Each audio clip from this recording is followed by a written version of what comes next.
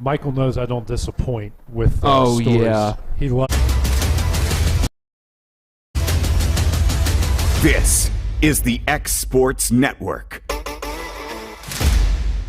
Great food is just a short drive to Heinie's BBQ in Lawrenceburg. Mouth-watering is just one way to describe the amazing flavors of the best piece of Hinie in town when you dig into a plate of pulled pork, hand-chopped brisket, chicken, wood-fire oven pizzas, and the menu goes on. Wash it all down with a swig of Hinie Shine lemonade and then make your way over to the gift shop full of Hinie sauces, snacks, and more.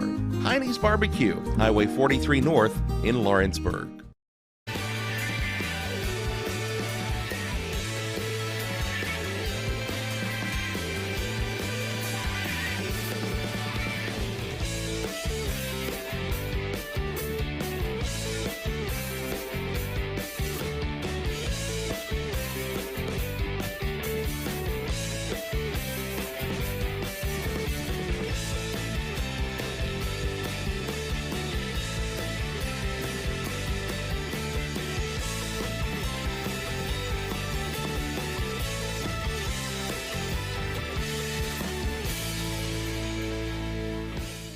Do you have a small farm, a big farm, or just critters in the backyard to feed? If you answered yes to any of those questions, then you need to make the short drive down to A&B Feeds in Etheridge, Tennessee today.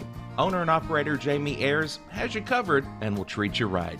That's A&B Feeds in Etheridge, Tennessee.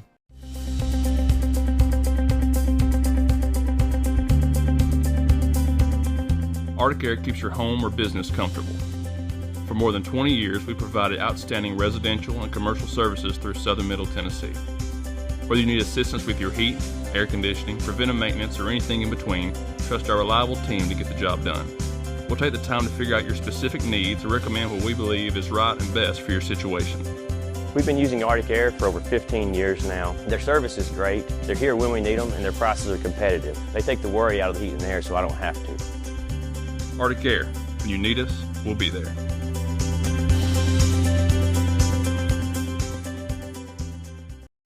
A local law firm respected throughout the state. Generations of clients have turned to Boston, Holt, and Durham since 1948. We assist individuals and businesses with their legal needs, including real estate, property closings, personal injury, employment discrimination, and family law. Our clients get the personal attention and convenience of a hometown law firm with the resources and ability to handle any case. Come see us at Boston, Holt, and Durham.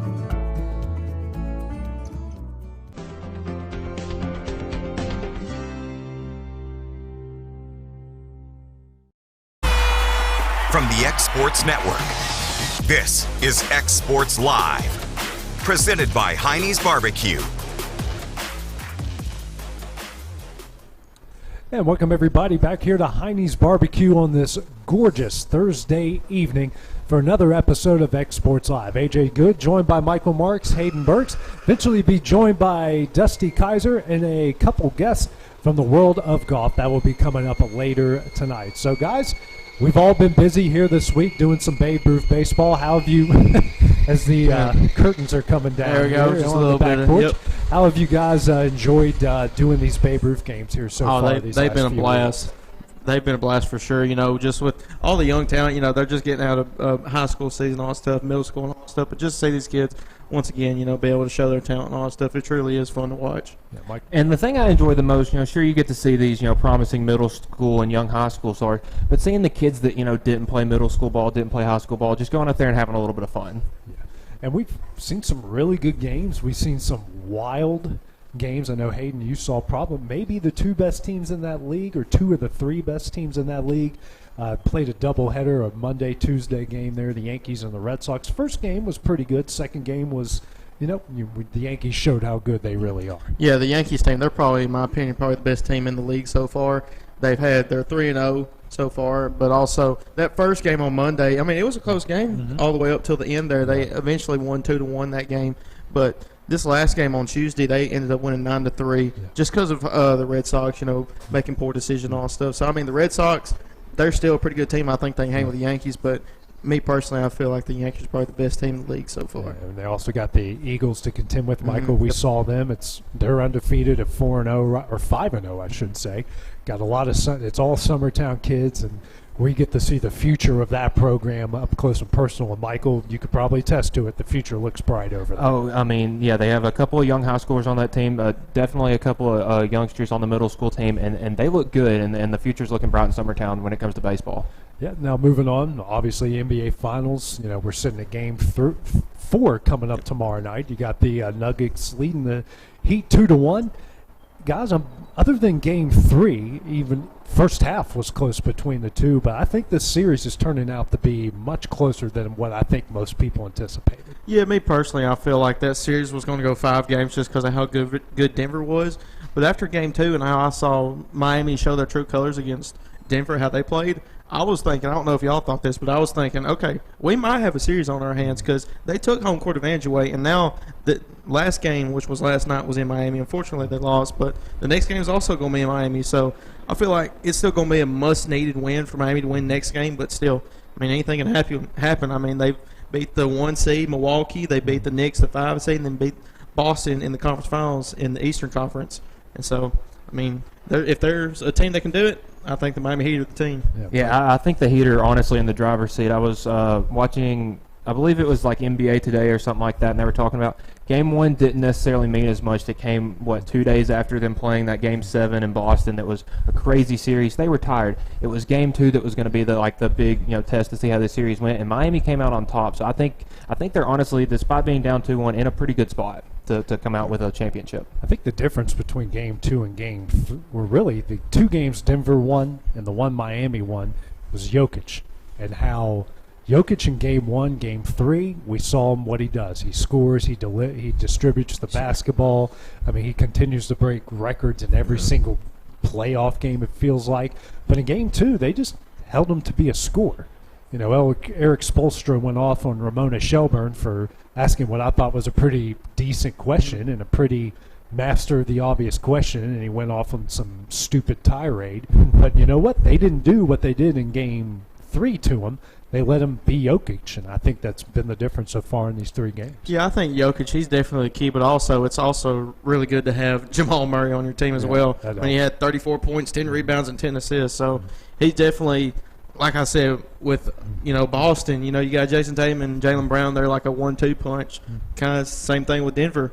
You got Jokic that's going to do everything, but you also got Jamal Murray that's a great point guard and can put the ball in the basket. So it's going to be tough. I feel like if those two show up every night, but if Miami has a bunch of role players show up, like Caleb Martin, Duncan Robinson, Max Strus, and all that stuff, I feel like it's going to be a close series. Yeah, Mike? Yeah, I mean, what you're talking about, Game 2, they didn't let Jokic be the distributor that he is for them, and it really kind of shut down their offense. If they can allow him to, like last night, him and Jamal Murray both had triple-doubles, and they just looked like the team that can win a championship, and Miami didn't really have any of their role players show up like they had in that series against Boston. And, if it continues like that, it's going to be a quick series. But, with a team that has Eric Spoelstra as their coach, I'm not going to count the Miami Heat out until it's over. No, absolutely not.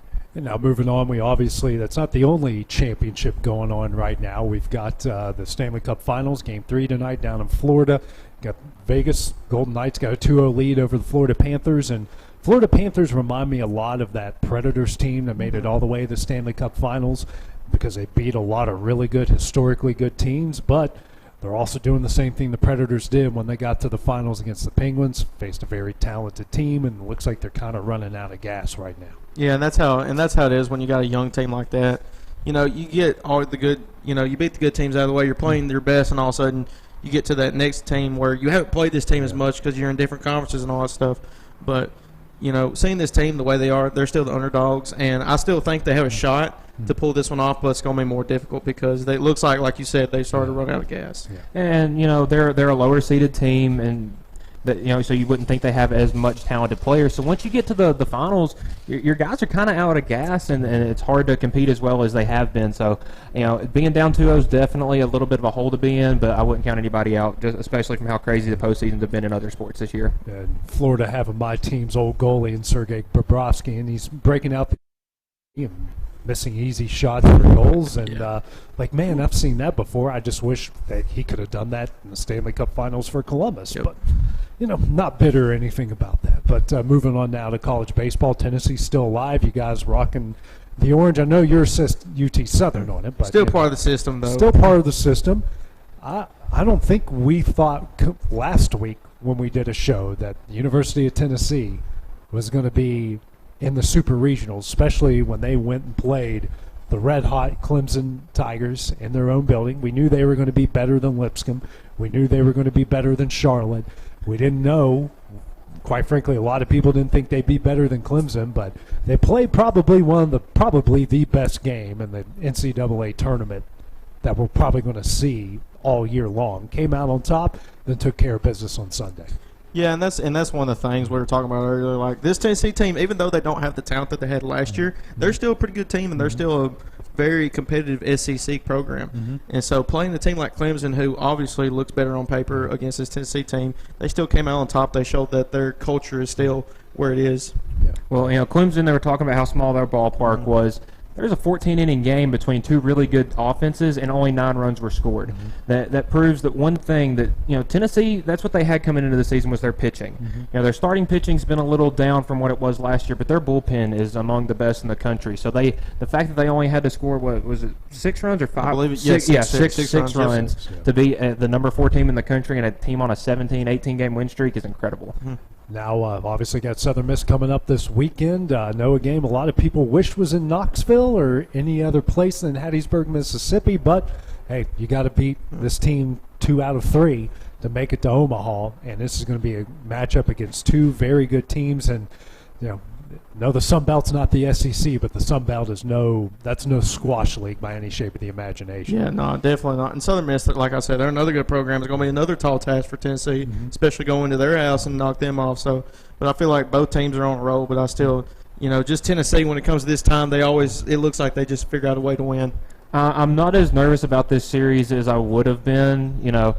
Hattiesburg hosted a Super Regional last year against an SEC team, and I believe it was Ole Miss or LSU won, and they ended up losing that series and not going to Omaha. So, an SEC team going into an atmosphere like Hattiesburg, it's going to be enjoyable, but I feel like Tennessee's skill level is a little bit better than Southern Miss's.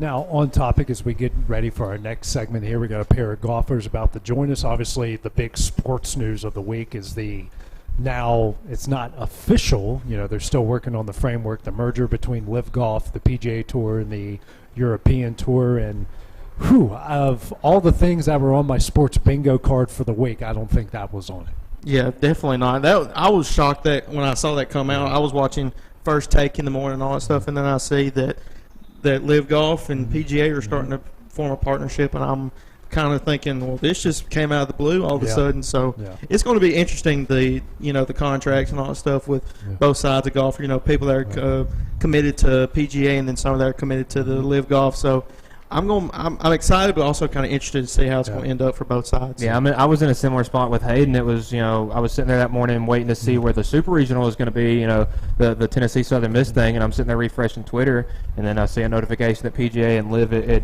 combined together, and all the things with Tiger Woods turning down an $800 million contract and stuff like that. I feel bad for some of those guys now that they've combined, but I think it may be better for the sport of golf to get 2 of the Premier Leagues together and kind of make it one big thing. And it's one of those it's just you kind of you feel bad for the guys that turn down the money. It's good that they're merging together. There's no more of this division. I just wish it wasn't with Saudi-backed money. Yeah, honestly, that's what it comes down to. I think everyone's kind of in that. Most people, obviously there's some obviously on opposite sides of it, but I think most people are just kind of, we really don't know how to feel about this. Yeah, and that's one thing too. Like I haven't read enough. Of course, I haven't really put out much about it either. They've just said that the 2 of them are coming together. So the more I know about it, the more I probably know how I'd feel about it. But still, I think it's just good. Like, even though we're all agreeing that we all feel bad for the people that turn down the money or they're not getting the money now, that it's still good for the sport of golf. So yeah, it's definitely, it really just came out of the blue, like you said, AJ. It wasn't on your sports bingo card for the week. I'm not the biggest golf guy. I'll watch, the Masters, PGA Tours, stuff like that. But, I do think this will help kind of expand the sport to, a more of a worldwide spectrum. Well, speaking of golf, we've got Kaylee and Laney Campbell, a pair of college golfers, who are coming up next here on xSports Live. Got a dent, a ding, a scratch, or a bent fender? Major or minor, Car Country Collision Center in Leoma can fix you up. Car Country works with all insurance carriers, gives free estimates, can work on foreign and domestic vehicles, and has experience you can trust. They've been in business since 1990. Unfortunately, accidents happen, but you can get your car back on the road with as little hassle as possible with the help of Car Country. Call 931-852-4708 or stop by at 2567 Highway 43 South in Leoma. Hey everyone, this is Landon Saunders. And this is Nate Patterson with Cloud9 Fiber. We're excited to finally be able to offer Lawrenceburg our blazing fast, reliable, and affordable fiber internet services. If you're looking for a more reliable and more affordable provider, we at Cloud9 Fiber have you covered. Plans start at $50 a month, and we can offer up to a gigabit to your home or business. We are excited to be able to offer your first month of service entirely free. We encourage you to sign up on cloud9fiber.com or by calling 931-201-9098 so we can help you make the switch today.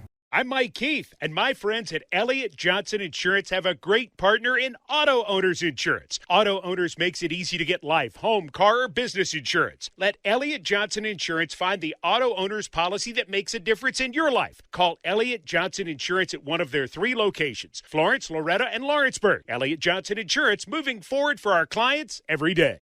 Employee Resources Credit Union is an easy solution to banking, offering a personal, simple, yet modern way to bank. When you bank with ERCU, you are a shareholder, meaning you own a piece of the pie. And we make it easy with the convenience of digital banking, with service you won't find at another financial institution, including low to zero fees and incredible rates. We have the technology you need with the personal service you deserve, right here in your own neighborhood. Employee Resources Credit Union, not for profit, for service.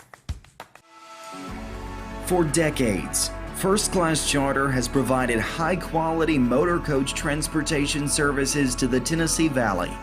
With numerous safety and cleanliness accreditations, First Class Charter is ready to make your group trip a reality. Contact us today by visiting firstclasscharter.net. First Class Charter, the official motor coach company of the North Alabama Lions.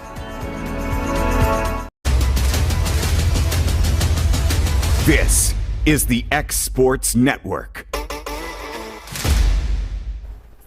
Back here in xSports Live, brought to you by Hinie's BBQ. From Hinie's BBQ, we're talking golf here in our second segment of the show. We're joined by Austin P. soon-to-be junior? Yes, sir. Kaylee Campbell, and soon-to-be MTSU Blue Raider Laney Campbell. So, guys, thanks for coming here this evening. Tell him. She'll be a sophomore. Sophomore, okay, yeah. I'm sorry.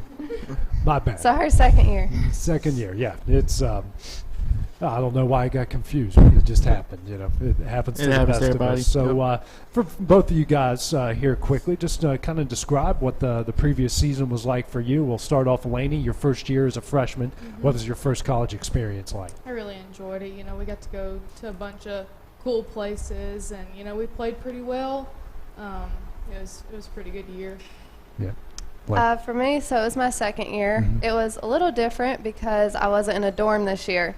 So I wasn't on campus like I was last year as much. But we got to travel too. I think we may have flew out twice this year. So it was cool. Yeah. I know, Kaylee, for you, sort of different this year. You guys switched conferences. You're in the OVC in your first year. ASUN now this year. What was the biggest difference in between those two? Probably competition. Yeah. Obviously, when you look at conference last year compared to this year, the scores were better and it was a little tougher, but competition was the biggest change. It was same for you, Laney, going from high school to college. Obviously, that's a massive step up. Oh yeah. Competition was definitely different. You know, from high school, I was used to winning, everything, and so it was a bit different. That jump was kind of different for me. And yardage has changed too. When you get to high school, it gets longer, so it's a little different. Yeah, we're talking about 40, 50 yards, or we're talking like 100 yards on some of these holes. More like par threes. It'll put about a club or two clubs more in your hand than you had in high school, or something like that. Okay. So. Now, you guys are cousins, right? But I think we all know by this point that golf runs in both of your families. Is this something that when you're born, you come out of the womb and they just hand you a 9-iron and a putter and just say go out there in the course and try your best? But a little bit. My dad played and her dad, and then our grandpa plays. So for me, Dad tried to put it in my hand when I was little, and it was too slow of a sport for me. So I jumped into softball and basketball. But the older you get, you mature, and I started to figure out I did like golf a little. So I played softball from like ages 3 to I think 15. So I was a little bit late of a starter, and so yeah. High school success, obviously, you won 3 state titles. Yes, sir. You won top medalist in 2018. Lainey, you've won 4 team titles. I mean, talk about the success of Summertown girls golf. I mean, this is a true dynasty that you guys have built. Yes, sir. I think it just comes with, you win one, you want to go back and win again. Yeah. So, everybody on our team wanted to work and practice, so that's all. Yeah. Once you have that ball rolling, it just keeps rolling, So. Hey. Yeah, I was just going to ask, over at UT Southern, we have a golf program and all that stuff over there. Just explain, the difference between the competition. Not only are you playing teams, in your conference and all that stuff, but you're also going farther than you expect. How's, the travel and all that stuff, just preparing yourself? So she's a little different than me. We travel on Saturdays or Sundays. Normally we'll play a practice round on Sunday, and then we play 36 holes on Monday and 18 on Tuesday.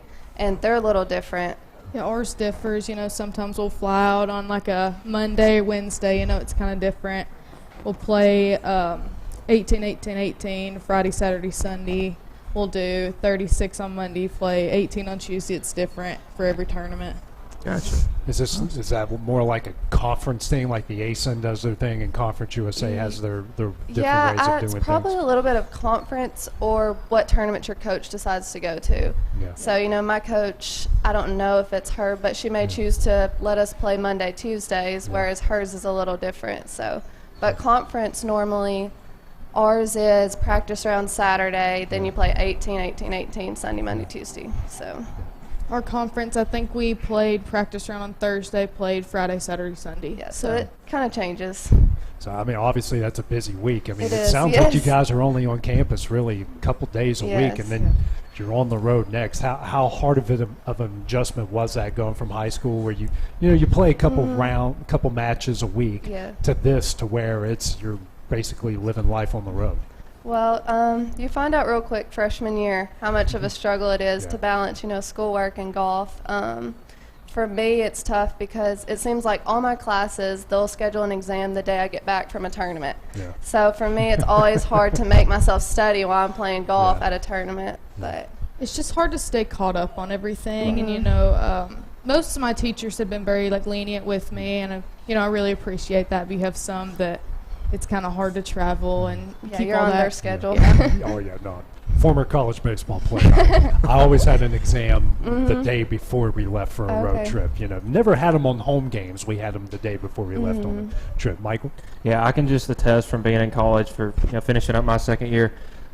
Studying all night for an exam is not fun, and you're adding a sport on top of it. I can just, I don't play a sport in college, but that just does not sound fun at all. No, it's definitely tough. High school, I feel like you don't have to study as much. Some kids do have to study more, but when you get to college, you figure out real quick you've got to study a lot. Yeah.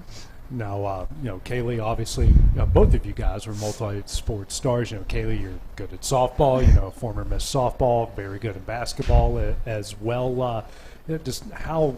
it's basically, it sounded like you never had an off season in high school. What was that experience like playing all of these 3 sports that are in all the different seasons? I loved it. I think that was the biggest reason why I didn't have to take as long to adjust in college because I was kind of used to it.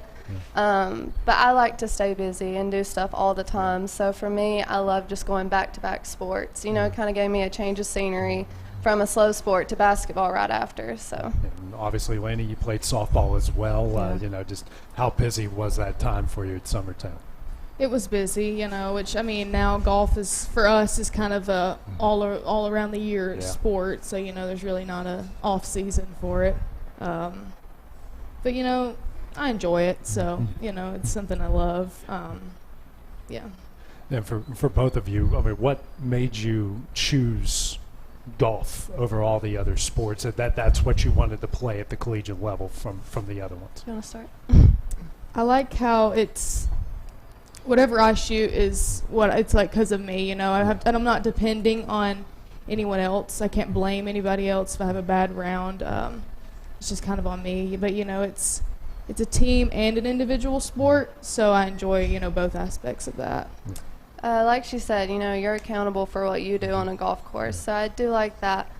For me, it was a lot harder to choose golf over basketball because that was my favorite sport to play. I had a knee injury, so that kind of led me to choose golf to be easier on my knees, but that was about it. Now, you guys both have siblings still playing. Both have state championship winning siblings. What's it like, having them underneath you guys and watching them grow up to be as good as what they're turning to be? For me, it's definitely fun to come home for the summer. I always have somebody to compete against when I get home and practice. So, it's always competition, which I do enjoy. So, always trying to see who's better. Yeah. Me. No. But it's fun watching Cole. We have a little bit different personalities, and I love watching him. Obviously, I love watching him on the golf course because he has a little bit of swag about him that I don't carry as much on a golf course. So it's always fun playing with him. Yeah, what's it like playing against Carly? We play two totally different games. She is more reserved and plays it safe, and I'm hitting the driver whenever I can.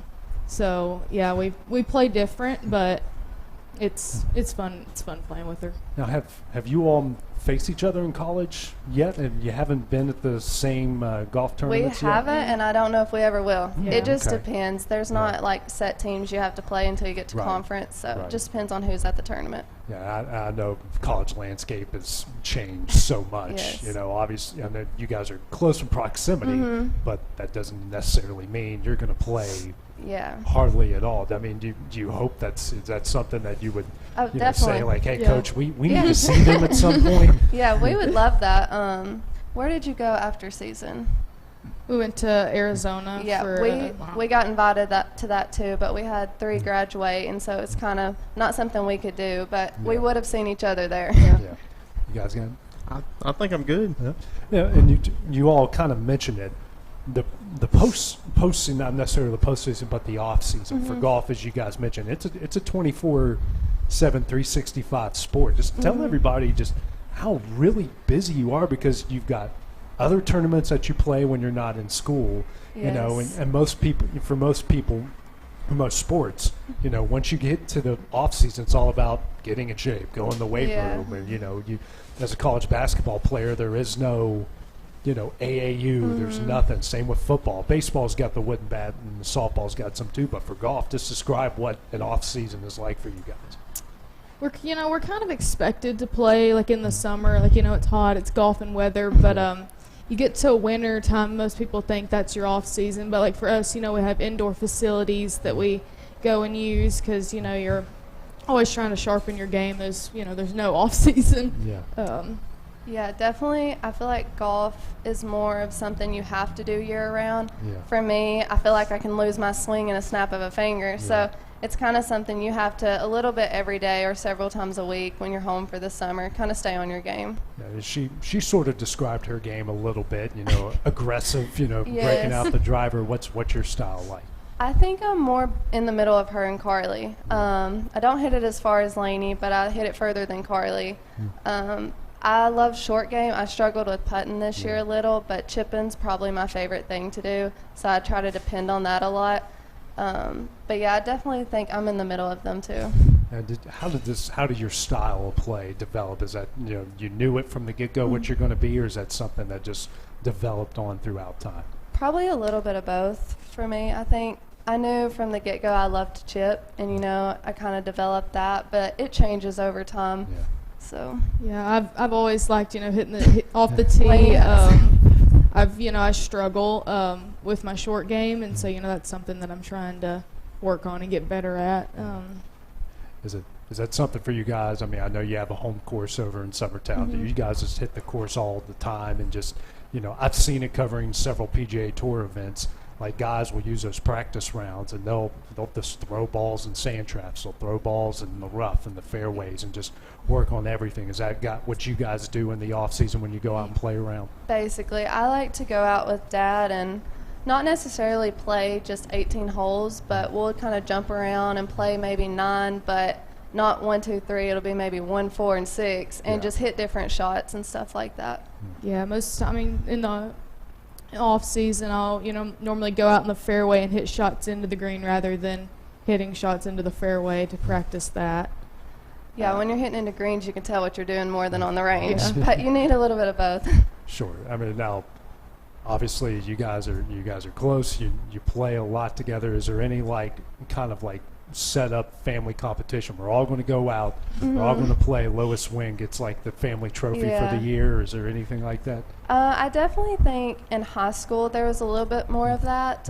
We would kind of play scrambles when we were all home and not at school. Right. So being at school made it a little more difficult. Being at school's kind of made it harder for us to get to do that, but it is fun when we get to do it. And obviously your families are all filled with athletes. I mean, Lainey, your mom and dad, your mom played basketball at UT Southern, your dad golfed there, your parents played as well as, and you're multi-sport. All of you guys are multi-sport athletes. Yes, Is it just you guys are just naturally good at everything, or is it they put you in basketball, they put you in softball, they put you in all these different things to see what you guys are good at? Yeah, they definitely started out putting us in these sports, and I think it's just more for an individual and what they like. If you have the drive to go do it, you can. Yeah. So yeah, they kind of let us pick. They put us in all these sports and they kind of let us pick what we wanted to do. Yeah. So how excited? I know Cole's still away. I'm pretty sure there's a college future for him. Yes. But how excited are you guys that Carly's going to be a Wildcat? I'm excited. We have one tournament we play every year that Kentucky is there, so I'm kind of hoping we can match up there. I think that'd be kind of fun. Yeah, I'm excited to see what she'll do. Rue has a very outgoing personality, so I think she'll love it there and fit in. So I'm excited to see. Yeah, obviously we're excited as well. You guys got anything? I mean, I think seeing anybody from Lawrence County end up in the SEC is just kind of shows, this small town isn't as small as you think. Because, you got Blade, who ended up at Tennessee, Carly Weathers ended up at Alabama, and now, Carly Campbell ended up in Kentucky. I think it's awesome. I just need to get some of these kids to go play at West Virginia or Marshall or something like that. Send them up north. Send them up north, Yep. yeah. We're still part of the South. Yeah. Well, we'd like to thank you guys for stopping by and joining us here on xSports Live tonight. Well, thank you for asking. All right, coming up next, me and the guys will discuss our all-time one-hit wonders in sports. What defines a one-hit wonder? Well, we made up our own rules. That's coming up next.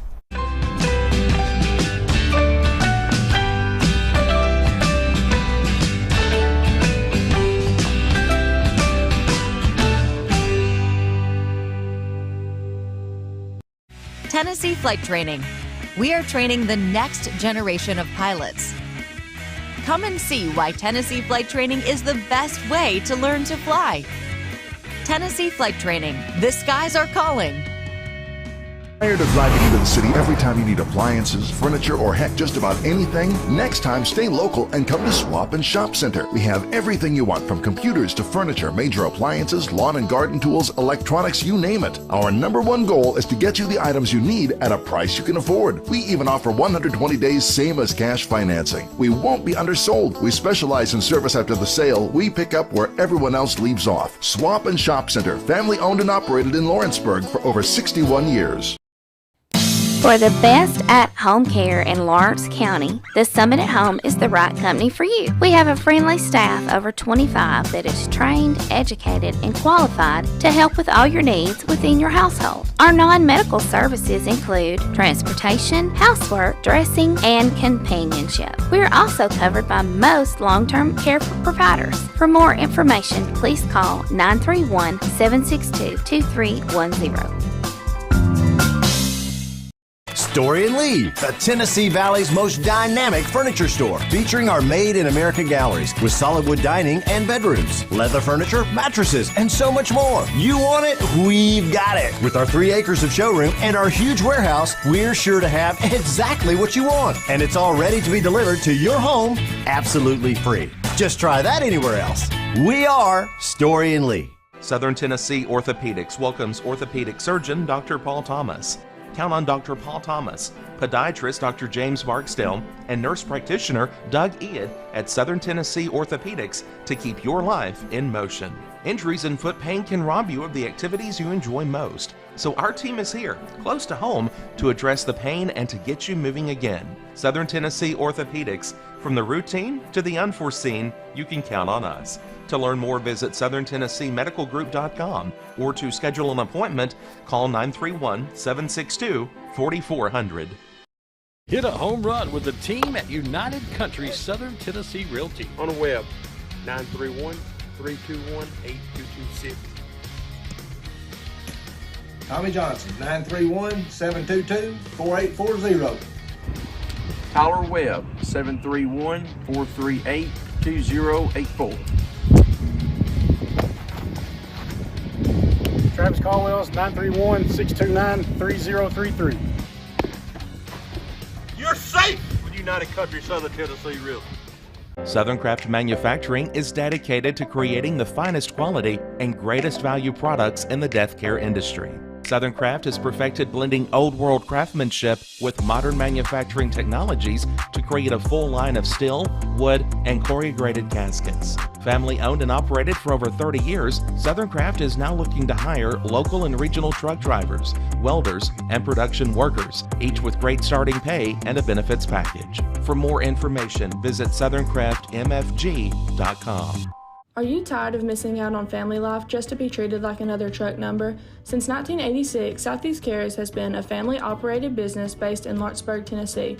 Being family-owned ourselves, we understand the importance of family, which is why we value it above all else.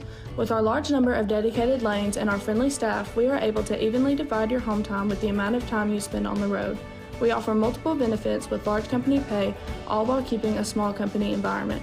For more information, visit our website at southeastcarriers.com or check us out on Instagram and Facebook. This is the xSports Network. Back here at xSports Live, brought to you by Hinie's BBQ from Hinie's BBQ. Dusty Kaiser joining me and the guys here as he made his way in from work and came in like I don't know the right term. You're coming in hot. I was coming in hot, and I was listening to y'all talk about the PGA Tour and the I was going to ask you what your thoughts on that were. You know, and as I pulled in the parking lot, I turned my truck off, so I didn't get to catch the end of it. Yeah. But I'm not on board. I get it, but I don't. Yeah. You know. Yeah. Like, I think that's the way we all are. You know, we get it, but we don't get it at the same time. You know. I feel bad for McElroy. You know, like, and he said one word. Yeah. When it all started 18 months ago. Right. Him and Tiger did. Mm-hmm. And history. Right. The history of the PGA Tour. Yeah. You know, we got history in all sports, but there's something different about the PGA Tour. Yeah. And I feel like they're just trying to take it away. Mm-hmm. And once it's gone, it's gone. Right. You know, we seen Koepka just win a major. Yeah. The third time he's won that major. Mm-hmm. Yeah. You know, and I can kind of understand. I kind of see his point. You know, he's coming off a knee injury when he took the contract, so he didn't know if he was going to get to play golf anymore at that level. A lot of live guys are guys on the back ends of their career, or they believe that their success is fleeting and gone. Right. But I get that. But like DJ, he's still a great golfer. Yeah. You know, I could care less about Phil. Yeah. But I don't know. I just think it's been bad for golf, and I feel bad for Rory and some of these other guys who have kind of been the Mount Rushmore of what we've got left on the PGA Tour. Yeah. And like you've seen all the reports, I mean, it's like a slap in the face to them. And it's hypocritical. Yes, it is. 100% hypocritical. You know, and I know it's different from a lot of sports, but those guys should have say-so in the tour. Yeah, absolutely. You know, I know that each one of those guys has sponsors, but they're not part of a team. No, they're not. No. You know, Rory pretty much plays for himself. I know he plays for his sponsors, but he's the boss. Yeah. They're all individuals. Yes. And they stuck by it. And they yes. passed up And I'm going to keep using him billions. because he is the face. Yeah. Tiger's not around much anymore. Right. I mean, I know he was spotted after his surgery the other day at Charlie's tournament, and they said he was walking fairly decent. So we'll see. But I don't know. It's just been a sore subject for me. Yeah. But now let's get on to some fun subjects. Oh, We're yeah. talking one-hit wonders. And this, when I think it was you I originally brought this up with. I was trying to, because I originally saw it on the NFL Network. I love their top 10 programs. It's an hour-long show. It's great. I first saw it on that, so that kind of brought to my mind. So for you guys, a one-hit wonder has many definitions, but for each one of you, what is your own definition of a one-hit wonder? Mine is that one performance that puts you at the next level that you were trying to get to, kind of like getting to the top of the mountain, and then you never stayed there. You just fell back down. Right. You didn't go over. That's how I looked at it. Yeah. Whether it be a team or an individual, Yeah, and I agree with Dusty. I don't really think it's a team because, team-wise, you got multiple guys on that. So I can't really consider – maybe one-hit wonder is in, like, a championship and then buzzed after that. But also, like, one-hit wonders to me is just kind of individual, like, guys that are, like, young and all stuff. And once they get to the level of, hey, people – I'm starting to get noticed. They're starting to notice this guy. Yeah. Then once I get my money or I get, an award or something, all of a sudden next season I lose my minutes and I just lose a lot of stuff and nobody seems to talk about me anymore. So that's what I kind of see it as. I'm going to go with like the same definition that Dusty went, getting to the top of the mountain and then falling right back off or never, reaching any higher. But, I mean, I'm going to go with, whether it's single season, single game, team, individual. I mean, it's really just anything. Just hitting that highest high and then falling right back off the mountain. And like you guys mentioned, it could be a season. It could be a playoffs. It could be one game. It could be one moment. Yeah. I mean, it really can. I mean, my list, there was moments, a couple moments. Yeah. So, Michael, we'll start with you. What's your we'll just go one each at a time, and because there's some research I forgot to do, and I want to make my point, make it clear, so I'm not throwing myself out there. So I'm going to start off with the 2007 NBA playoffs, Isaiah Thomas for the Boston Celtics. Ooh. Because, I mean, you look at that Boston team, I believe they ended up being the 1 seed that year. They were the 1 or the 2, and they had, Isaiah Thomas, who finished 4th in MVP voting that year. Yeah. Then guys like Avery Bradley. There may have been a young Jaylen Brown on that team. Jay Crowder. Yeah, Jay Crowder, Al Horford, one of the Morris twins, Kelly Olynyk. I mean, guys that weren't really... they're kind of like kind of like this Heat team. It had like one superstar, as you could say, like Jimmy Butler is, and then just kind of a bunch of role players. And they carried them all the way to the Eastern Conference Finals when they ran into the the buzzsaw that was the Cavaliers with Kevin Love and Kyrie Irving and LeBron James and J.R. Smith and those guys. So, I mean, just the way he kind of – I mean, he had – I'm not sure if it was more than one, but I know he had one 50-point game performance against the Wizards in the semifinals. So let me get your thought on this real quick. If he doesn't get hurt in that series against Cleveland, you think they make it to the finals? Oh, not a chance. I mean, LeBron set the tone in game 1 of that series, and it was a 4-game sweep over just like that. Don't get him Get him going. What you got, Aiden? All right, so I've got a few of them, but the main guy I'm going to talk about is Dan Barros from the 1994-95 Philadelphia 76ers. So, old school. Yeah, old school. Way back. Yeah, so this guy, he was in 94-95. He was one of the starters for the 76ers and also an all-star that season. He won Most Improved Player, and during that season, he was averaging 20 points per game. So he was a big-time player for Philadelphia. Yeah. And, he was on those, low minimum contracts back then. And then, like I said, once he got his money, there was no team that offered him a bunch of money. He decided to take it. And, I wrote this down. Following that season, he signed with the Celtics. That's who the team was. And he was coming off the bench for them and was only averaging 13 points. And after that, it started going from, 12 to 10 to 8 to 6. And now we don't even know who the guy is anymore. So that's probably mine, multiple guys. I'm sure y'all probably got this guy on your list, too. Tim Tebow. He's probably college one-hit wonder. And then also – this guy, I mean, I hope he's not a big time. It's still early, but Jordan Poole. So those are my main 3. I was thinking about Jordan Poole because he got such a big season last year, and this year he kind of was just got a that nuisance. Contract. Yep. Well, all right. Well, I'm just going to do one right now. Yeah. And so I was 10 years old. This guy was 42 to 1 odds. That's Buster Douglas. You know, you do the research on this guy. He literally, that goes back to the one-hit wonder. I think he is the definition of the one-hit wonder. Yeah. That was it for him. Yeah. Mm-hmm. He didn't fight again until he defended his title, and he got beaten 3 rounds by Holyfield. And that was it for him. He was dominated. He wasn't even close. No, it should even went 3 rounds.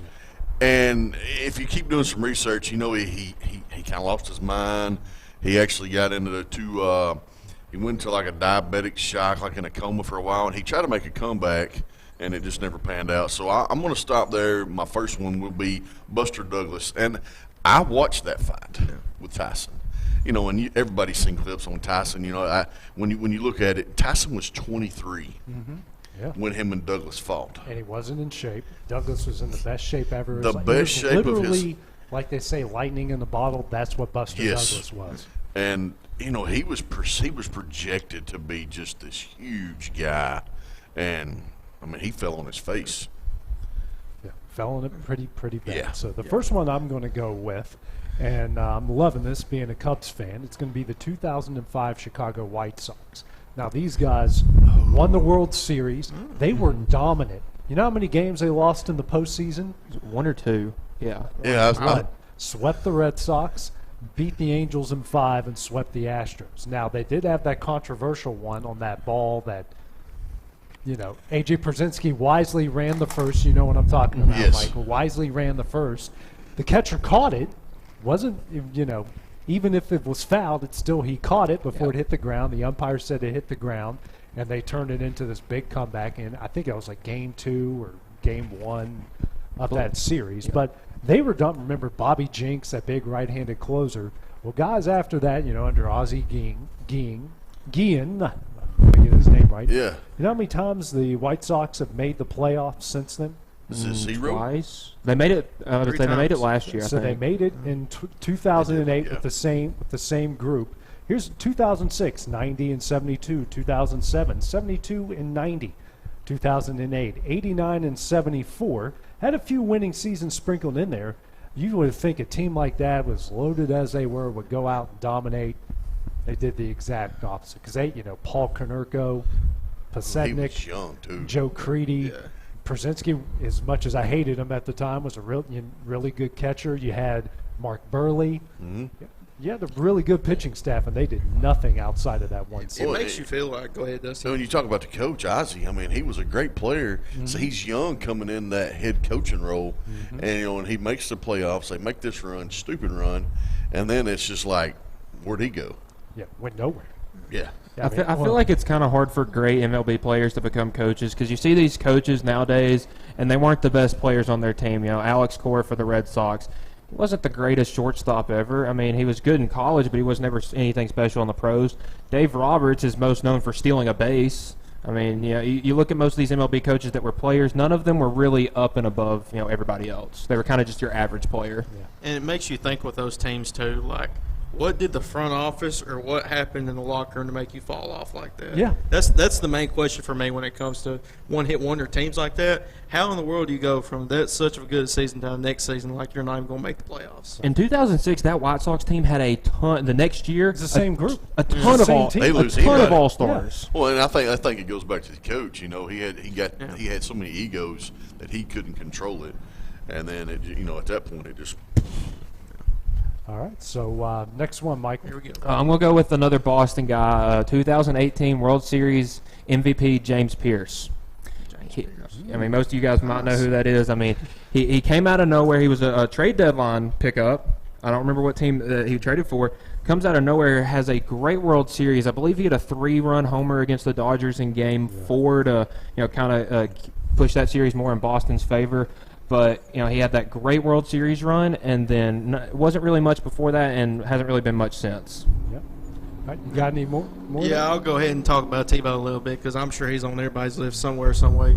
But Tebow, he was one of the probably the best quarterbacks in college football history. His Heisman year, I mean, he had 3,286 yards, 66.9 completion, 32 touchdowns and 6 interceptions. For his career at Florida, he had 9,285 yards, 66.4% completion, 88 touchdowns, and 16 interceptions. Now, when he got to the NFL, when he got drafted to the Broncos, he was really on the NFL for like maybe 3 or 4 seasons, something like that. But within that time frame, his best season was 2011, whenever they went to the playoffs, beat the Steelers and all that stuff. Yeah. He only had 1,729 passing yards, 46.5 completion rate, 12 touchdowns and 6 interceptions. I mean, he had a better, you play more games in the NFL than you do in college.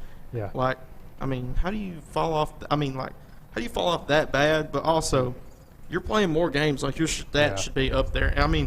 For his career, his Heisman year, he had more passing yards than he did his whole career in the NFL. So, and think about it this way: those games that he was winning, yes, he was making spectacular plays at the end. It was literally just the second half. There was 13-12, 10-7. Or, just a bad defensive call like that one Thursday night they beat the Jets out of nowhere. Mm-hmm. This wasn't like a 45-38 blowout. No, it was shootout. Not. The Broncos' defense was the reality to that season and why the Broncos got as far as another thing, I got his passing touchdowns and all that stuff for the season, but he also used his legs quite a bit too. So that's another stat we could go into, but still. And a big thing that kind of supports that case of him being a one-hit wonder, it shows how much different the college game was in the late 2000s, early 2010s than it is now. Because really, the only mobile quarterback you had in the NFL at that point was Michael Vick, and that may have been the time when he was not playing for certain reasons. But Michael Vick was really the only dual threat quarterback you had. Because you look at dominant quarterbacks, it was the Tom Brady's, the Phillip Rivers, the Drew Brees, the Peyton Mannings. They didn't move. Yeah. They just threw the ball. So, right. Hayden, did you already go through your list? I'll talk about Jordan Poole real quick. Nothing much to talk about him. He's still early. But, he was last year, at the start of last season, it was the year before, COVID year, everybody starting to get back in their groove and all stuff. At the start of that season in 2019-2020, 2020-2021 season, he was on the G League team for Golden State. And then, injuries and all stuff. Of course, then again, they were still young. They didn't have Klay Thompson either still at that point of the season. They had a bunch of role guys. So he was a young guy that was able to play, and he got his minutes up. And then last season, before Klay Thompson, he was kind of the guy that, he's going to carry us. And he started doing good. At the time, he was averaging, before Klay came back, he was averaging 18.5 points per game. Then he kind of became the role player and all that stuff. And then when the playoffs came that year, when Steph got hurt at the end of the regular season, he filled in for Steph. I'm sure y'all were all the pool party. I'm sure y'all heard about that. It was crazy how good he was playing. And then they won championship. He got the bag and he signed the 4-year, $128 million extension. So that's the one part I just don't like about it is because I'm not gonna say he's slacked off a little bit just because, hey, I got my money, but still, you know what I mean? I think the fight this summer maybe had something to do with that, too. Yeah, with all the situations with the film and the locker room. Yeah, but he still had to take a back seat to Klay when Klay came back, and that was hard. You signed that big contract.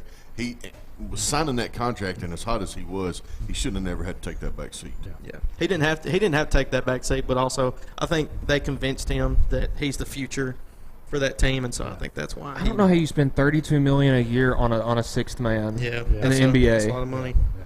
Dusty. All right, these guys right here may not even know who this guy is. Rich Beam. Oh my gosh. Rich Beam. In 1995, he left the Dakota tour to go sell cell phones. Okay. And then, of course, he was kind of a club pro somewhere. And then he goes on and he beats Tiger Woods in 2002 to win a PGA Championship. I remember that, yeah. Tiger birdies out. He birdies the last 4 holes. Beam hits a 35-footer to secure the win, and he never won again. That was his last win on tour. That's unreal. That name is bringing back some some he was hot. And so that was Rich. My other big one is an NFL guy. And that is David Tyreek. David Tyreek. He was on my list. That was the helmet catch. He was averaging a little over 5 catches a game. Mm-hmm. He has the helmet catch, goes on. I'm a Brady guy, so they win a Super Bowl. Eli's second. he never caught another pass in the NFL. Well, he only had 582 yards that season going into the playoffs. So he was really he never caught another pass. That's crazy. Did he stay with the Giants after that, or did he sign with another team? I wasn't sure. He was injured, and so he I have his stats right here. You know how many career touchdowns David Tyree has, including the postseason? It was less than 10, I'm pretty sure. 6. 5. Yeah. He's got 5. His highest was in 2006. Now, they do have him here he made the Pro Bowl in 2005. I believe that was as a punt returner and a kick returner. Yes. This guy's best year as a pro was his rookie year, 2003, 16 catches for 211 yards, no touchdowns. His highest touchdown output, 2006, when he caught 2. Yes. That helmet catch, he caught a touchdown in the He Super did. Bowl. Yeah. He caught a touchdown in that game to give him the lead. In a play that they specifically designed for him on the goal line. Yes. Because let's be real, they had Plaxico Burress. They didn't need David Tyree. They didn't need him at but all. they designed it for him. So I got 2 more tennis guys. The first one is going to be Michael Chang. Mm-hmm. Michael Chang wins the U.S. Open, I think, like in '89. He was a young guy. Never won another Grand Slam. He ended up winning like 34 tournaments. yeah, but he was never really even close to the Grand Reebok, Slams after which that. I'm a shoe guy, Reebok actually made a pump for Michael Chang. He actually had his own Reebok pump shoe, and it was a low top, and the pump was actually a green or a yellow tennis ball. Yeah. And my other one is Andy Roddick, another tennis player. Oh, yeah. He won one Grand Slam, and he was supposed to be the next. He's the next big American big thing. Yeah. Yes, that. I mean, he was taking over Pete Sampras, Andre Agassi, and all these guys. And Andy Roddick won one Grand Slam, and he didn't even win a lot of tournaments. And he's treated like one of the all-time greats when in all reality he's not even close. No, he's not even Hall of Famer. No, he shouldn't even be in the consideration or even in that conversation. No, absolutely not. I think that's a situation of he was overhyped. Oh, yeah. He was one that, we talked about some of our draft picks, like our bust, if you could talk about that as a tennis player. And that's kind of like golf. It's a single. Right. I know they play doubles and stuff, but, Andy Roddick never lived up to the hype that he had. Well, and I feel bad because I feel like it happens a lot in golf and tennis, these guys that kind of, you could say, are one-hit wonders because they win one big game, the lights get too bright, and they kind of, curl under pressure. And it's tough, when you got a team around you, you can be a superstar, and you got your role players that help push you if you're in an NBA and Major League Baseball. If you're a superstar pitcher, you got this nice defense, and you got guys that can hit. But those two sports, it's on you. Yeah. Right. And that's a big spotlight, especially the PGA Tour. Yeah. So I'm going to go old school football. Dusty, you're going to know this guy.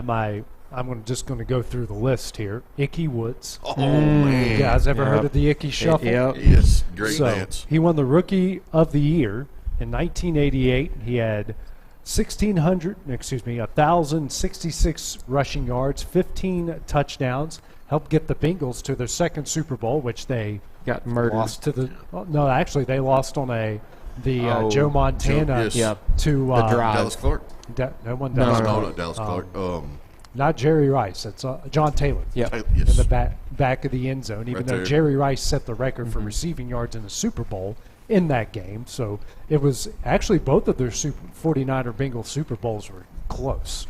Very close down the wire. But anyway, so his next year in 89, he had 29 carries for 94 yards and 2 touchdowns.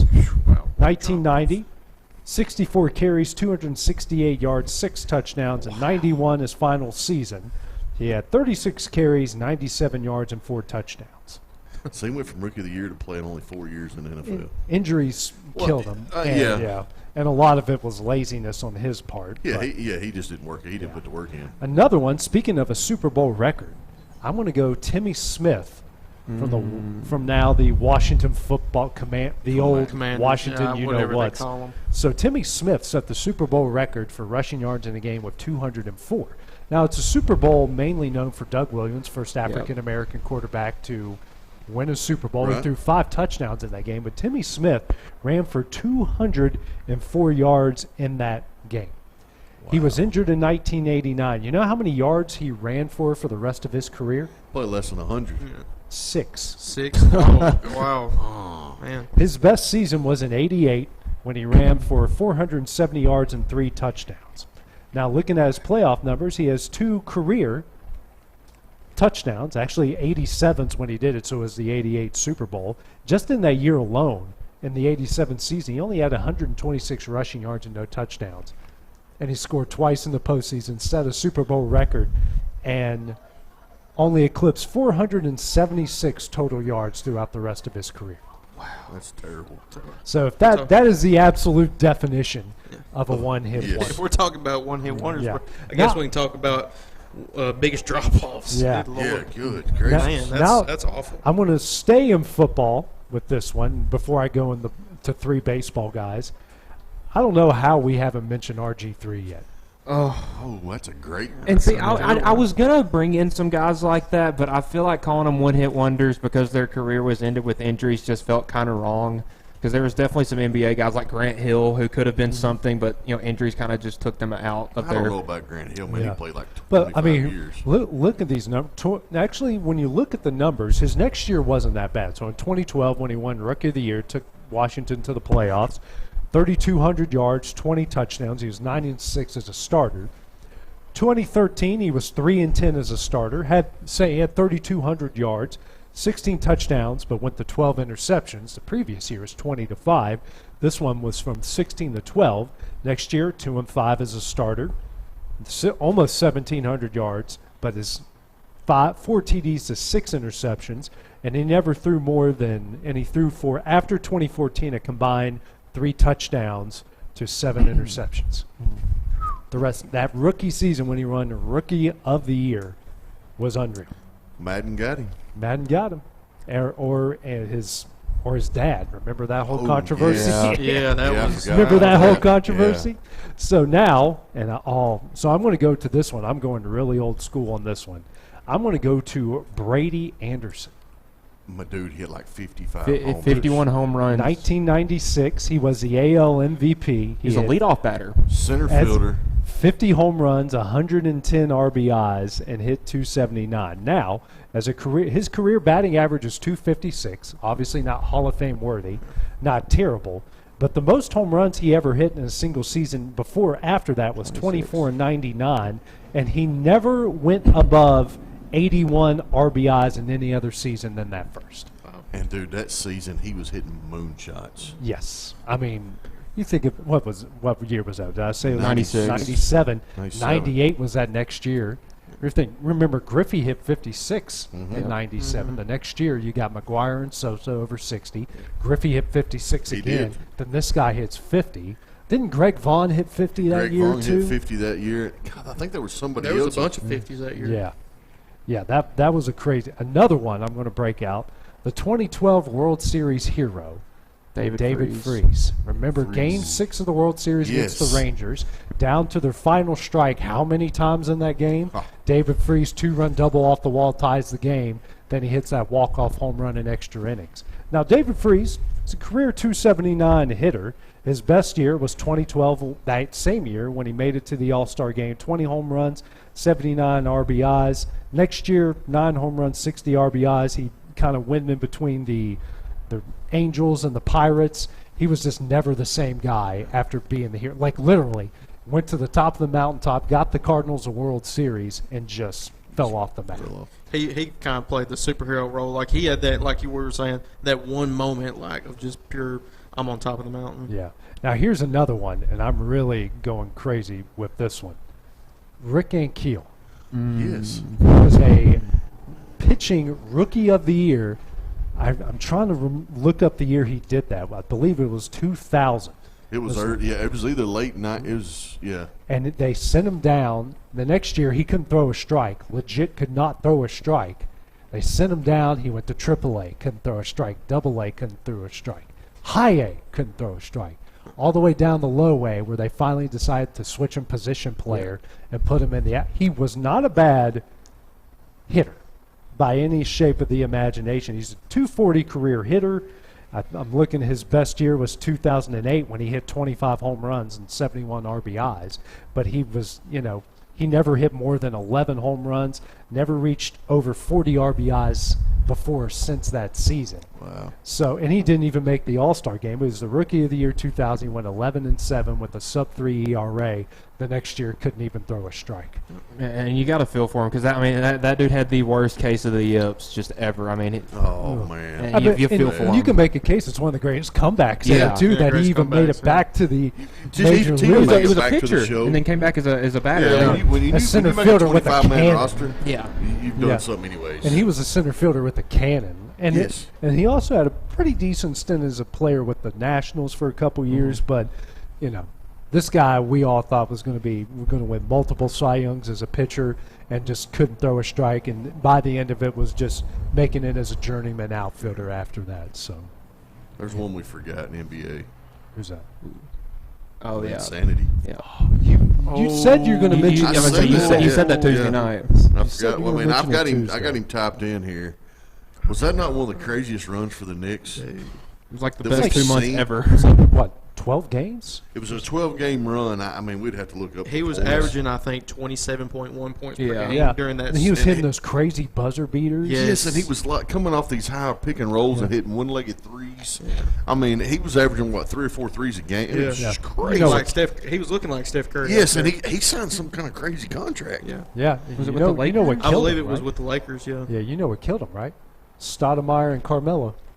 They came back because remember that happened when they were hurt. Yeah. Yes. They come back and Mike D'Antoni, who was able to run, it wasn't just a stop ball system with Carmelo, which he's the worst offense killer in the history of the NBA. I know everyone loves Melo, but he's the worst offensive killer. I mean, the ball does not flow when Carmelo's on. No, it's Carmelo's. It's kind of like James Harden, even though he's like, a pass kind of guy now, but like when you're in the D'Antoni system, whoever the superstar is, that's who's going to have. And speaking, wasn't it the Lakers when they came to MSG and then they put Kobe on them and Kobe shut them down, or was it LeBron and the Cavs? It was Kobe. Kobe ate his lunch. Yeah.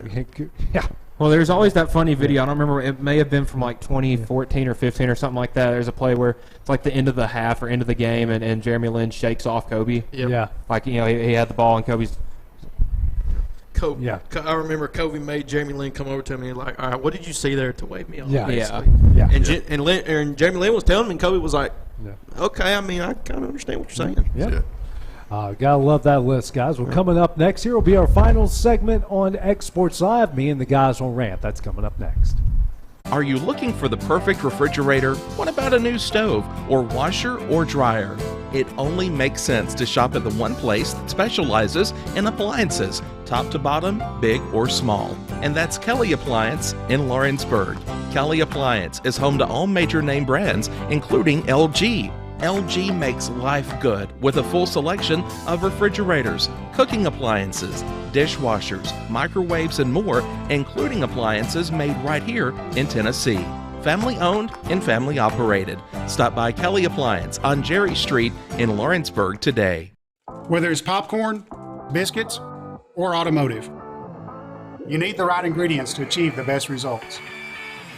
Heritage Automotive is proud to serve our community with a continually growing inventory. We also help our community grow by contributing to a vibrant economy, which helps build schools. I'm Keith Durham, and I'm the General Manager here at Heritage Automotive, and it's my job to make sure that you're 100% satisfied. Heritage Automotive, your hometown Chevy, Buick, and GMC dealer. Hey, this is Phil Hooper. Get the look you want for your favorite school, church, or business with apparel from HD Ink Screen Printing in Leoma, Tennessee. Got a logo you need embroidered or screen printed? Let HD Ink give you the professional look that sets the bar in today's world. We do fundraisers and custom designed apparel and so much more. Call today, 931-201-2961, or come see us at our new shop located at 26 Ingram Road in Leoma. Remember, HD Ink for the look you want and the look you deserve. From our humble beginnings to today, Parks Lumber Company has continuously served Lawrence and surrounding counties for over a century. Although we started as a small lumber yard in 1896, we have grown to include everything you need to make your dream project come to life. No matter your building needs, our experienced staff will be with you every step of the way to ensure you receive the highest customer service and attention to detail you deserve. Visit us at 106 2nd Street or on Facebook. We guarantee you will see working with PLC is as easy as 1, 2, 3. Got primary care? Find your way to better health with primary care by One Stop Medical. With decades of combined experience, you'll find a one-on-one relationship just like the old days, but with the convenience and technology of today. When One Stop Medical does primary care, it's the best. Call today for an appointment and find your way to healthy living. Serving Lawrenceburg, Pulaski, and Hohenwald. Phone 931-244-8220. Primary care by One Stop Medical at its best. Great food is just a short drive to Heinie's BBQ in Lawrenceburg. Mouth-watering is just one way to describe the amazing flavors of the best piece of Hinie in town. When you dig into a plate of pulled pork, hand-chopped brisket, chicken, wood-fire oven pizzas, and the menu goes on. Wash it all down with a swig of Hinie Shine lemonade and then make your way over to the gift shop full of Hinie sauces, snacks, and more. Heinie's BBQ, Highway 43 North in Lawrenceburg. This is the xSports Network. Back here at xSports Live, it's now time for me and the guys who ran in our final segment of the show. We'll go from my right to left, or your left to right. Start off with Michael. Okay, my rant is going to be about the COVID year in college sports. It is. Whoa. It's the one thing that gets under my skin the most, because now any college sport, there's that random 24-year-old on the team that's not going to play pro ball or anything, and it's just out there dropping 20 and 10 on your favorite team, and it's kind of making college sports look like a slight semi-pro type of thing.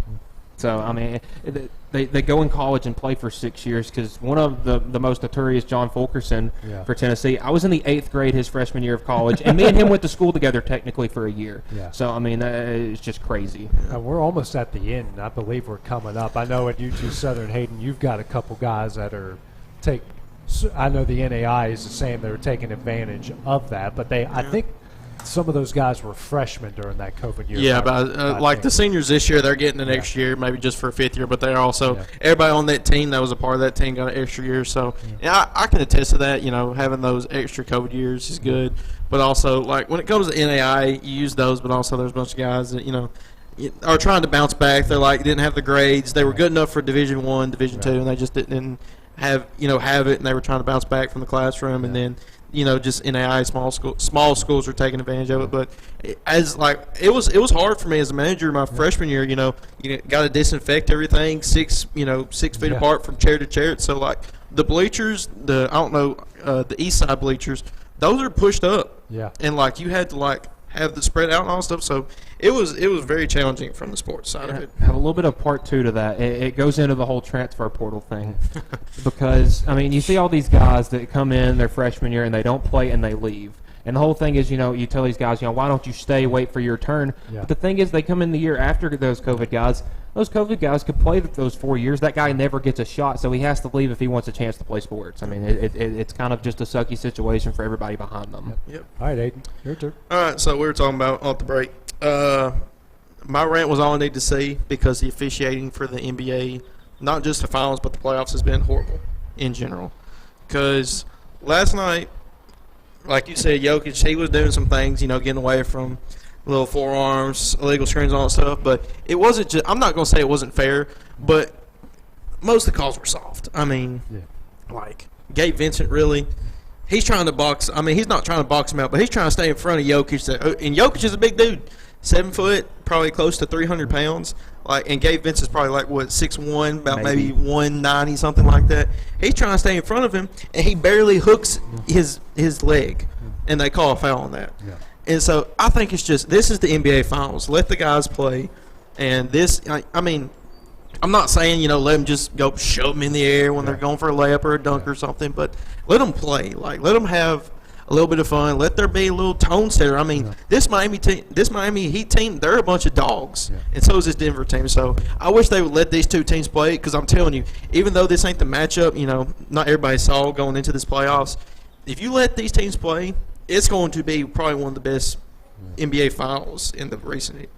I mean, I'm a Celtics guy, so I'm not going to 100% admit to this, but the officials are the reason that series went to 7 and not 4.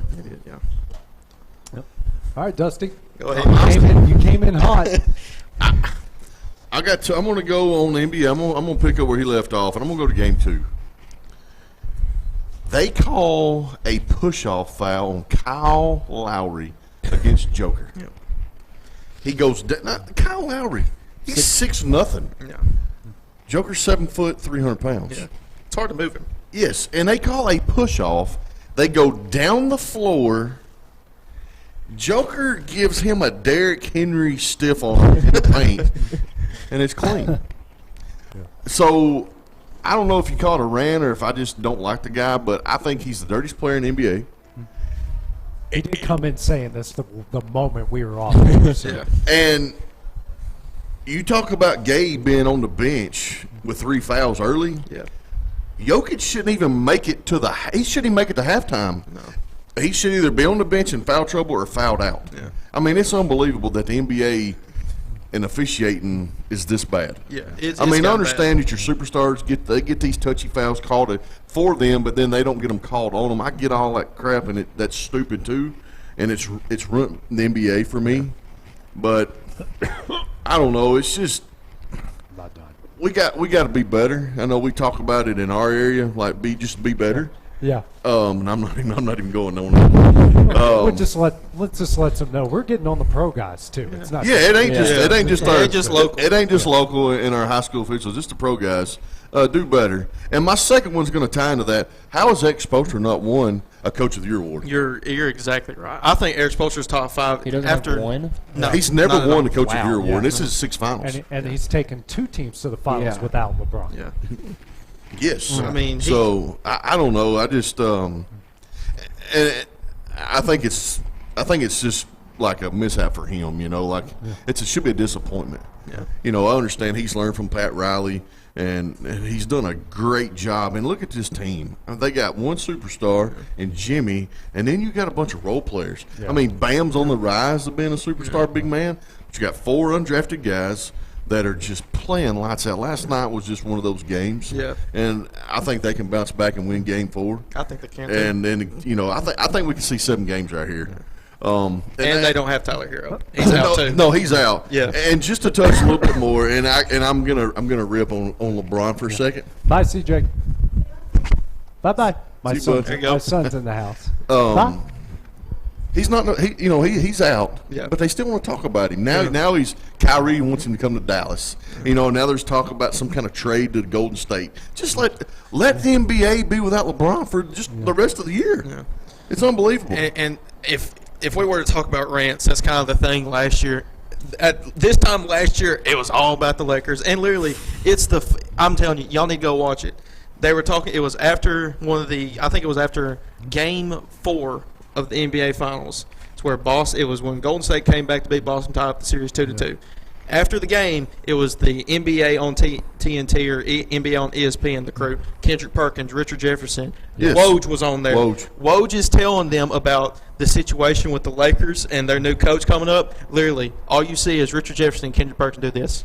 Still talking about these Well, Lakers. the thing is like they got swept in the conference finals, and it's like, hey, LeBron, he put up a heck of an effort. They don't even talk about that. Yeah, no. They don't talk about it at all. They don't talk about it. I've just never seen a guy get a pass so much, and then get so much credit at the same time. And I kind of have another rant about LeBron. Is the talk. He's never had a good coach in his career for one reason. I mean, you look at the guys he's had coaching: Tyronn Lue.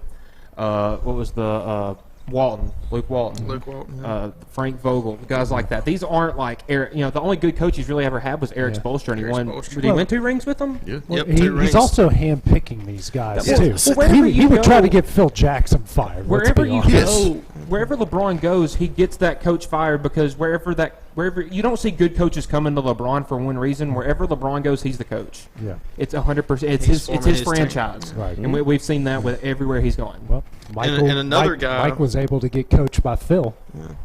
Kobe was able to be coached by Phil. He was coached by Look Phil. at all the great players that Red Auerbach had with the Celtics. Oh man, every number ever retired. Yeah.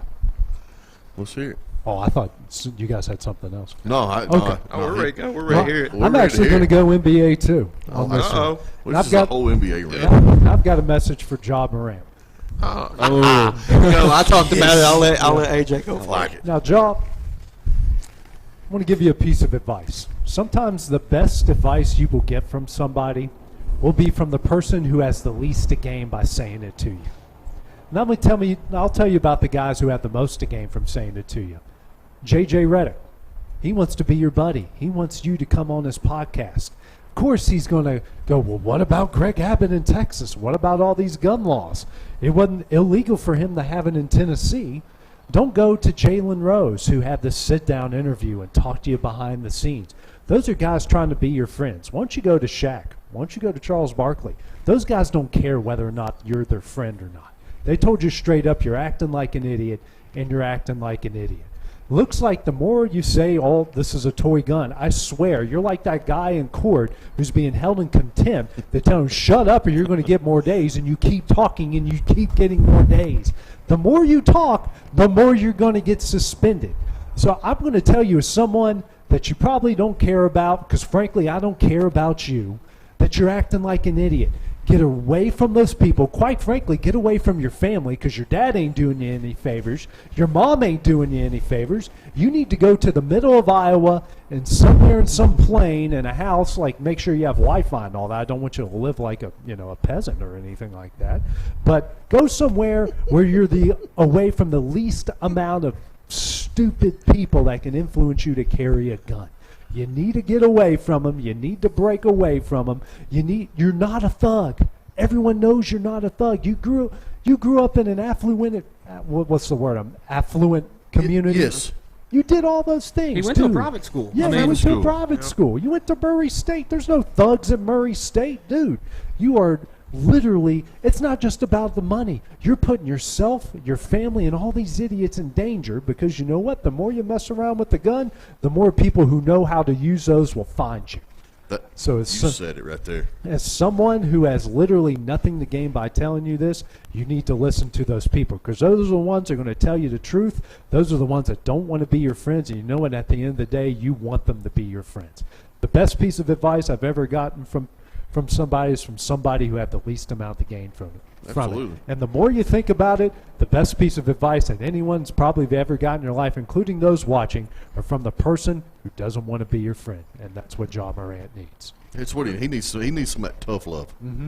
Because I mean, he's on the verge of being out of the league. Yeah, Adam Well, Silver's look at what about happened to get Gilbert Arenas. That dude was one of the best scorers in the league for however many years. Pulls out a gun at practice, mad at his teammate, and now hardly anybody, our generation knows who he is. Yeah, and that's the thing. It's such a shame. I mean, Ja could be a top 5 player in the league.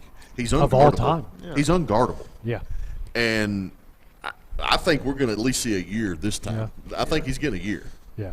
Well, well, the only way that he's going to be guarded is by when they lock his rear end in prison for being an idiot. Yes. Yeah, because it's coming. It's been a long time since the news came out, but for them to go this, I think you're right. For them to go this long, it doesn't sound like good news for him. No, it's I was not. Say Adam Silver said he wasn't going to release the news till after the finals, so that makes it seem like it's not good. And I think there's more to that story than what people know. I think there's a lot. I think there is, yeah. I think it was Carmelo that told the story of when he was acting up his second year or his rookie year, and David Stern told him, like, dude, I know where you are. I know your friends. I know everything about you.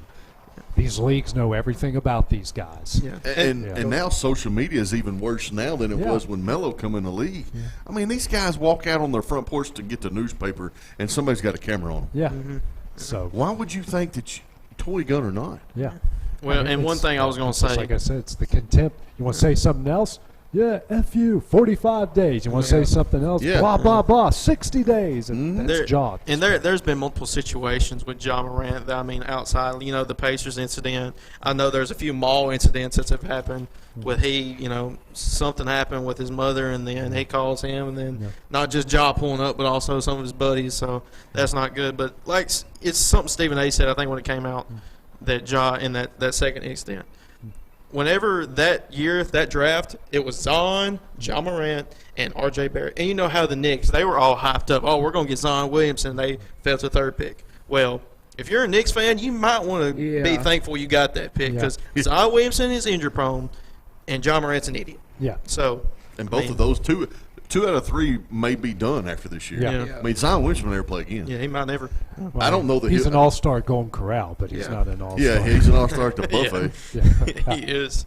And the you know, kind of like what you were saying with the whole contempt of court thing. The more Jaw talks, the more trouble he's going to get into. You know, it happens with kids. You know, like you know, you parents ask if you do something, you lie about it, and then you keep going and you keep going and you keep Snowballs. going. Just shut up and take your punishment and just go with it. And, I mean, the biggest thing. This is how I am with athletes. I want you to get your money. This guy's going to lose probably. I mentioned it. Now he's probably going.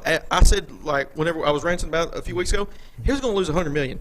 I didn't know his shoe deal got taken off the Nike website. He's probably going to lose $150 million this upcoming season.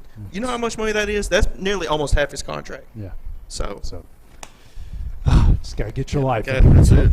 For Michael Marks, Hayden Burks, Dusty Kaiser, producer extraordinaire Kevin Wright, and his good buddy Sam, who's going to be taking over here in a couple weeks while Kevin goes on sabbatical. This is AJ Good here on the xSports Network from xSports Live. We'll see you guys next week. This is the xSports Network.